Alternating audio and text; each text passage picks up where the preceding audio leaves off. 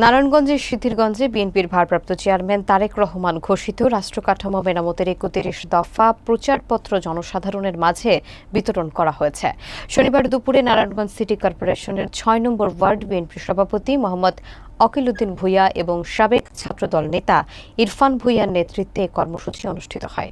এ সময় নেতাকর্মীরা ধানের শীষের পক্ষে ভোট চেয়ে জনসাধারণকে তারেক রহমান এবং খালেদা জিয়ার সালাম জানান। কর্মসূচিতে অংশ নিয়ে বক্তারা বলেন, দেশের গণতন্ত্র পুনরুদ্ধারে নির্বাচনের কোনো বিকল্প নেই।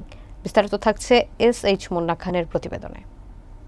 নারায়ণগঞ্জের সিদ্ধিরগঞ্জে বিএনপির রাষ্ট্রকাঠামো মেরামতের ৩১ দফা জনমনে পৌঁছে দিতে মাঠ পর্যায়ে শুরু হয়েছে প্রচারণা কার্যক্রম। শনিবার দুপুরে নারায়ণগঞ্জ সিটি কর্পোরেশনের ৬ নম্বর ওয়ার্ড এলাকায় বিএনপির প্রচারপত্র বিতরণ করেন জেলা বিএনপির সদস্য ও ওয়ার্ড সভাপতি মোহাম্মদ অকিল উদ্দিন ভূঁইয়া, সাবেক ছাত্রদল নেতা ইরফান ভূঁইয়া সহ স্থানীয় নেতাকর্মীরা। তারা জনগণের হাতে হাতে প্রচারপত্র তুলে দেন এবং গণতন্ত্র পুনরুদ্ধারে বিএনপির এই কর্মসূচির তাৎপর্য তুলে ধরেন। নেতাকর্মীরা বলেন, দেশে নির্বাচন ছাড়া গণতন্ত্র টিকিয়ে রাখা সম্ভব নয়, তাই অবাধ ও সুষ্ঠু নির্বাচনের পরিবেশ সৃষ্টি করতে হবে। উপস্থিত ছিলেন ওয়ার্ড বিএনপির সিনিয়র সহসভাপতি মোহাম্মদ কামাল হোসেন, বিএনপি নেতা দেলোয়ার হোসেন ভূঁইয়া, জাকির হোসেন, আলী আক্কাস, সজীব ভূঁইয়া, ইমন, মৃদুল, আলমগীর ও সুমন সহ অন্যান্য নেতৃবৃন্দ।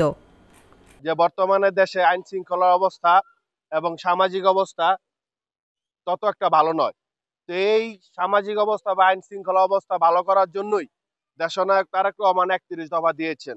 এই ৩১ দফা যদি আমরা পরিপূর্ণভাবে বাস্তবায়ন করতে পারি, তাহলে আমরা আমাদের স্বপ্নের বাংলাদেশ পাবো।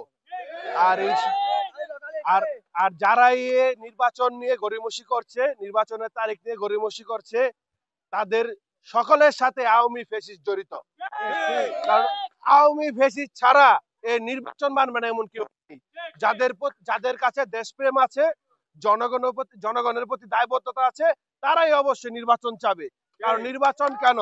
নির্বাচন হলো জনগণের শক্তি, জনগণের কমান্ডার অনুযায়ী যে আসবে সেই তো নির্বাচন চাবে। তো এটাই বলবো, নির্বাচনের কোনো বিকল্প নেই, নির্বাচন দিতে হবে। আর যারা আওয়ামী লীগ দোসররা আছেন তাদেরকে বলতে চাই, তারা দয়া করে নির্বাচন নিয়ে পায়তারা করার বাইরে জটিকা মিছিল করে নির্বাচন বানচাল করার স্বপ্ন দেখেন, এই স্বপ্ন দেখেন না। একমাত্র দেশনায়ক তারেক রহমানের কথায় আমরা এখনো চুপচাপ আছি।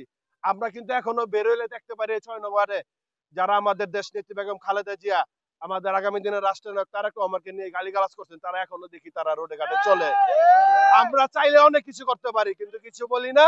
দেশনায়ক তারেক রহমান বলছে জনগণের সাথে থাকতে, জনগণের পাশে থাকতে, দেশের শৃঙ্খলা বজায় রাখতে।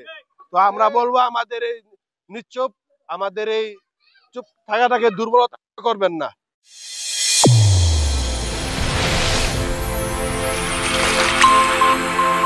চ্যানেল A1 হৃদয়ের স্পন্দন।